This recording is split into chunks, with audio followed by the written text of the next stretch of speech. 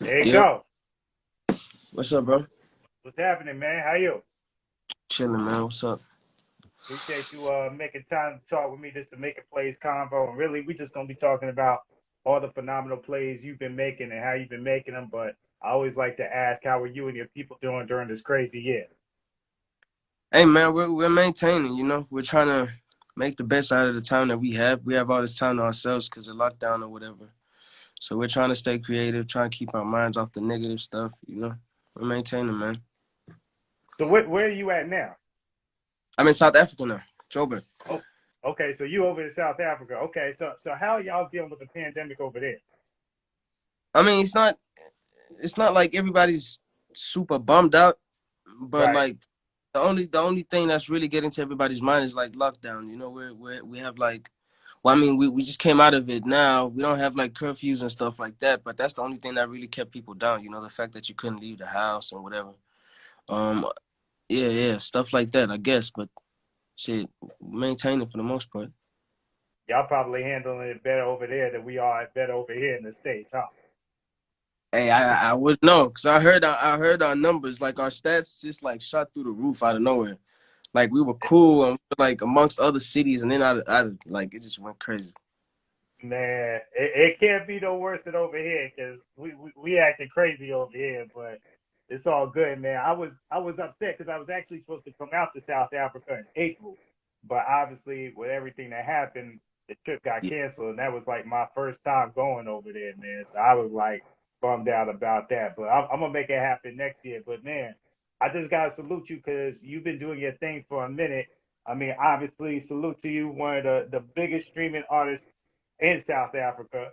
We signed that deal with Def Jam, about to release your third album, which I had, the privilege of listening to some songs off of it. They were trying to ask me what songs I'm feeling, but I was like, I can't talk about the upcoming project without his permission first. So, we could talk about it later. If not, we can wait, make people wait till Friday. All right. But nah, man, you've been doing your thing. But what was your plan going into 2020 before everything like shut down and got crazy? So I was supposed to do like a lot of traveling. Like we started traveling crazy like top of the year, like January. I was already like all over the place. So I was supposed to move to LA for about 6 months, I think, just Mm, to do a little bit of groundwork that side, just so I could do all these like in person. Make some more connects, just gearing up for the album. Right now I'm supposed to be gearing up to go back out there like crazy, but this time like post promotion, you know what I mean? Like after the album. right, right. So how have you adjusted to everything? Like, what does your day look like? How are you still maintaining your relationships and connecting with the people that you need to connect with, being that, saying like we're in this pandemic and you're back home? See, now we have to use like Zoom calls. It'll be IG interviews, but not because they just lifted. I don't know what it is they lifted. I think it was just the lockdown or whatever. So now we're able to go outside. So at least within the city I'm in right now, I can at least move around now. Today, like we really started moving around. Like I did a lot of interviews face to face today. Um, and yeah, we just making it work. However, whether it's through the phone, just making it work. You know? So I gotta ask you, bro. Like, what was it that got you into music? Who are some of your early influences? Because before you got on this live, I was just saying how I respect how versatile you are, how many different styles and flows that you give us. So Yeah. like, who were some of your early influences? First, was Ti. That was first Okay. ever. That's the person that really made me pay attention to music. Period. So it was Ti, and then it was like people like Wayne. You get like T Pain on the melody side. Chris Brown definitely. You know what I mean? Drake, and then a whole bunch of others like Slaughterhouse. Um, Yeah. I used to listen to Nino Bless at one point, like taking it all the way to like the underground scene. A lot of people, man. A lot of different What types was of it people. about Ti that really got you paying attention? What was that Ti song that did it for you? It was Top Back, the remix, and that was my Okay. first time. That was my first time paying the music. Period. So that was like a good like standard to start off on. Like the first song I really paid attention to. I actually watched what was going on, and I was really listening to the music. It was Top Back, and I was just like, man, the jury, the drip, Yeah. girl. alcohol, all that type of stuff. Everything just looked super cool, and I was like, damn, I want to be like that one day. So how'd Yeah, you end up linking up with them? Because you got a couple of songs with Tip. yeah. He reached out to me. He was here in South Africa, I think 3 years ago now, or Wow, two. Yeah, he was here shooting a movie, and he was in Cape Town though. But he heard a lot about me, and he reached out, and we didn't waste no time. We just got straight to it. Like, that's what's up, bro. Yeah, yeah, yeah. Y'all sounded good on them songs too, man. So like even before you got your deal, I know a lot of artists have hooked up, have reached out to you and linked up with you. You've done a lot of collaborations. So mm. basically, are you the guy that people got to check in with when they come out to South Africa? So if a rapper comes out there, they got to check in with you. Yeah, if you're trying to make it happen, like if you're really trying to make it happen, Yeah. bro, you have to reach out. I want. Nah, no doubt, bro. So did you find that like when a lot of artists were coming through that they were hitting you up because they were hearing about you and stuff like that? Was that how you was able to make those Yeah, connections? yeah, that's how many of them happened. It was the same with ASAP Ferg. Yeah, Same, shout to Ferg. yeah. Same shit happened with him. And same shit happened with Omari Hardwick. All of them. As soon as Yeah, they come in, they asked around. It's like, yo, who's hot right now? Like, who's the guy? And they pointed right to me. man, that's what's up. So tell me about like your style. How have you been able to like develop so many styles and flows and become so versatile? Because just on the project alone, I'm not gonna give too much away because we want people to stream it. But like Mhm, the three songs that stood out to me and that just really showed your versatility were Black and White, mhm, Buku Bucks, and then mhm. obviously Zulu Man, which you already dropped last week. But Yeah, those three songs right there, it's like three different versions of you. right. Yeah, that's see when it comes to songs like Black and White, that's like all the Eminem, Joe Budden side of things. Where it's like those guys really. I was such a huge fan of them. Like I had to develop my pen game. I had to Mm-hmm. step because of them. I really like rapping. Like I wasn't even like too focused on trying to make hits at the time. Even I was just trying to out rap everybody because of Right. those guys. And I kind of took that skill and now I put it to better use, I guess. And then with songs like Buku Bucks, that's all just like the Atlanta wave that inspired me. Yeah, yeah. That's where I'm at right now. I'm in Atlanta. That's why I was like, okay, I see what he's doing. Yeah, shit like that. Yeah. And then talk to me about Zulu Man. Zulu Man is that was like heat of the moment type shit. I was just in studio. I was very inspired that week. We was in LA, I think. And I was working with No ID for like a whole month. And I was Mm, just inspired, man, to just try and do different types of styles. I don't really put out songs in Zulu like that, but that day I just felt like doing it and it made sense. And I went with the feeling. I went with the gut feeling and it just worked out. You know. nah, it definitely feels good, man. And we definitely hear like, the heritage in that song and whatnot, man. But the project is definitely solid. How are you feeling about it?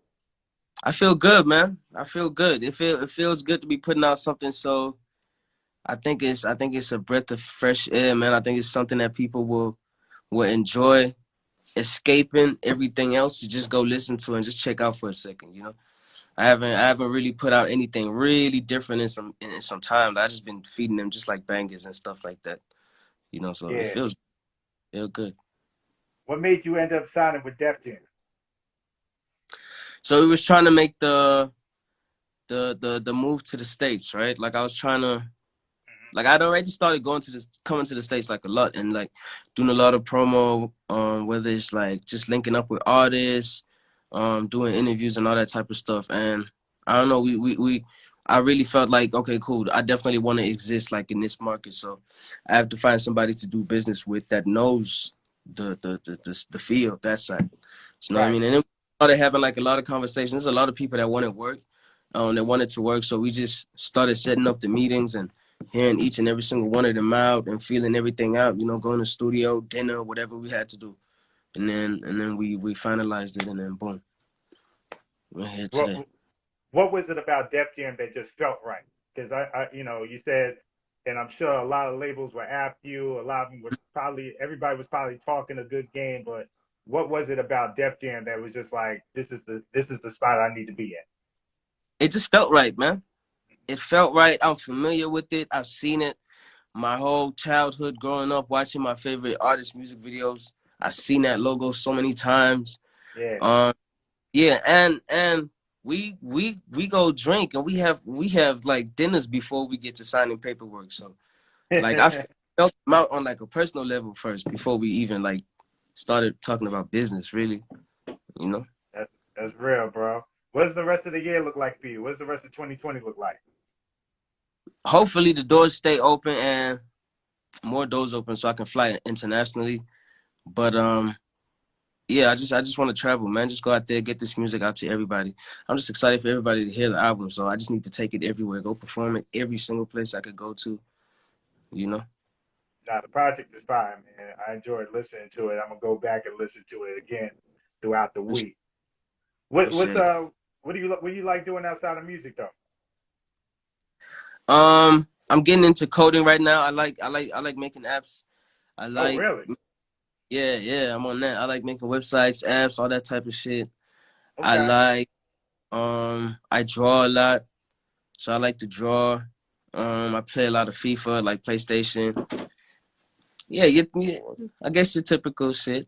Besides the coding shit, like everything else is like typical. I like paintballing, go karting, playing FIFA, whatever, you know. What got you into coding? Because not a lot of artists that I talk to is Yeah, into that sort of thing, man. I don't know. I started it. I started it quite a while ago, man. Just like trying to make something. I don't know. I think I was just trying to make an app that was cool. At some point, Yeah. I had an idea for this. It was like a little invention. It was like an app that had never been done before. And then halfway making it, I realized somebody's already made this. Like years, people already copied that person. So, but I didn't just give up. I just started making more and more and more apps, like more and more ideas. You know, just like just trying to stay innovative, man. Really. Yeah. Is that something you see yourself investing in, like outside of music? Hell yeah, hell yeah. Okay. The Absolutely. ones that are going right, like they're already making me like a lot of money, and I don't even have to move a finger, right? So that's why I don't think I'm just like sitting down, just making like tons of money. So it's like shit. I'm gonna keep making more of them. That passive income, that's where it's at right there. Well, look, I'm gonna wrap it up on this question, man. Obviously, 2020 has been a crazy year, but it's also been a year kind of to self-reflect since we can't move around like we're accustomed to moving. Right. Has this year taught you anything about either yourself or just life in general? Yeah, it has. I think I learned a lot about myself. Just being stuck with myself in the house for months, bro. Like I discovered a lot of layers within myself, and I got to scratch the surface a little bit and try and see where I could take it with like the music, because I just had so much time, you know. So I was just experimenting, like just trying out different weird sounds and stuff like that. I definitely discovered a lot, man. I think I even changed as a person, like not being out Yeah, there like partying too much and having too many influences. It really shows you who you really are. Like you really start changing. Like when you have to face yourself every day and you don't have to live for other people, you really start to see who you really are. Like aside from all the hype shit, you know. facts, bro, facts. Well, listen, bro, I appreciate your time. If you're in this live, make sure you check out my man's project coming out this Friday. It's phenomenal, no cap. You know what I'm saying? Keep doing what you do. And once things really open up, you're able to come stateside. I'm in Atlanta. Come through to the Pandora office. And you know what I'm saying? We can chop it up in person, my brother. I appreciate it, man. Appreciate it. You know what I'm looking forward to though? What's that? Seeing the videos of you handing out the billionaire plaques. That's what I need. That's what Ah! I need. Okay, you've been seeing that. Yeah, that's what I need. Yo, the way you move it though, bro, you gonna get there in no time. So, you know what I'm saying? When you hit that number, hopefully things will really be open. I'll come to your hometown and we do it over there. I'm be waiting. I'll be waiting. Yeah, we need to do that, man. Well, that's what's up right there. I look forward to that day. Easy. Salute, All man. right, Appreciate it. my man, be easy. Later.